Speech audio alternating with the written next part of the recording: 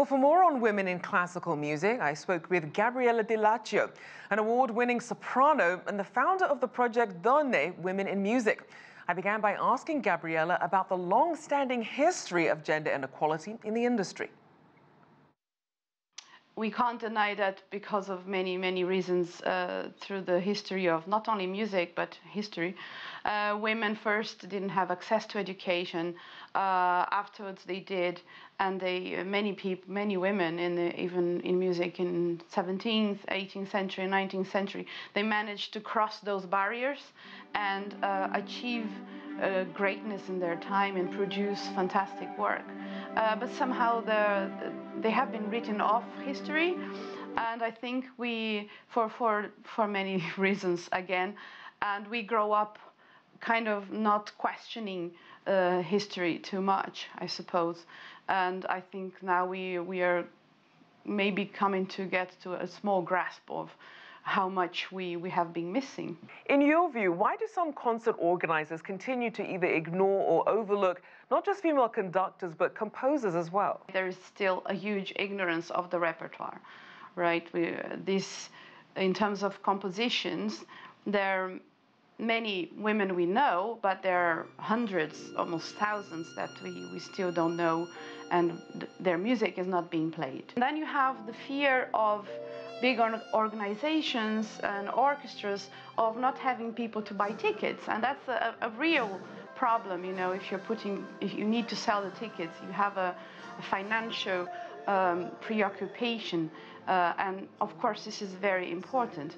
And but also I feel like the people putting programs together, you need to have the desire to make your audience curious and to introduce, and if you don't have that desire, you're not going to spend some time researching and expanding your knowledge of the repertoire. So you're going to stay and performing, presenting the same pieces. So I think we go in a bit of a circle. Gabriella, tell us, what was your experience like coming up in the classical world, and what are some of the common barriers that you tend to see women facing in this industry? Because I am a singer, I think I didn't feel the difference so much in being a woman in this business. Talking to colleagues as instrumentalists, I mean, it's just quite strange to try to understand the reasons, because I think as a woman, you don't want to believe that in the 21st century, people will still see difference between the way you play because you are a woman or not. But I can't deny that still happens. I was talking to a composer, a Brazilian composer, Josi de Oliveira, a couple of weeks ago, and she's a big name in Brazil, a pioneer in electronic music, recognized in the whole world. And she told me, the questions you're asking me, people are asking me in the 60s, and they're asking me the same questions now, which just tells me nothing changed. And that was quite sad for me to hear it, because you want to believe that we are in the 21st century, and there has been such a great movement in the past years of women coming and feeling more empowered and being role models to other women, which is very important.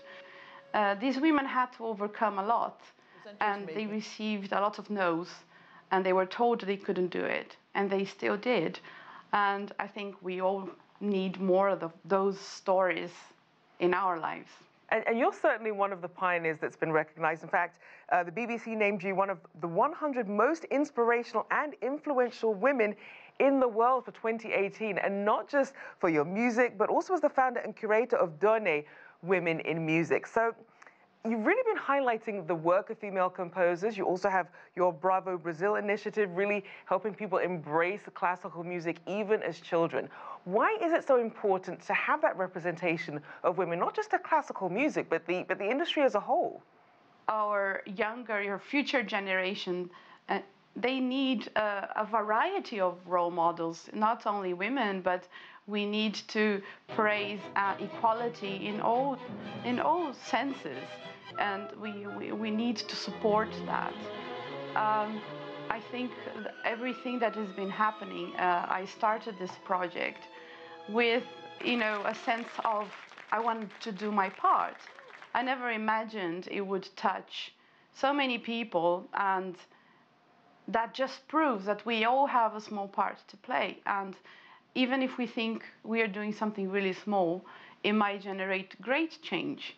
And for me, the reason I wanted to become a musician and a singer was really to be able to inspire with music or through music.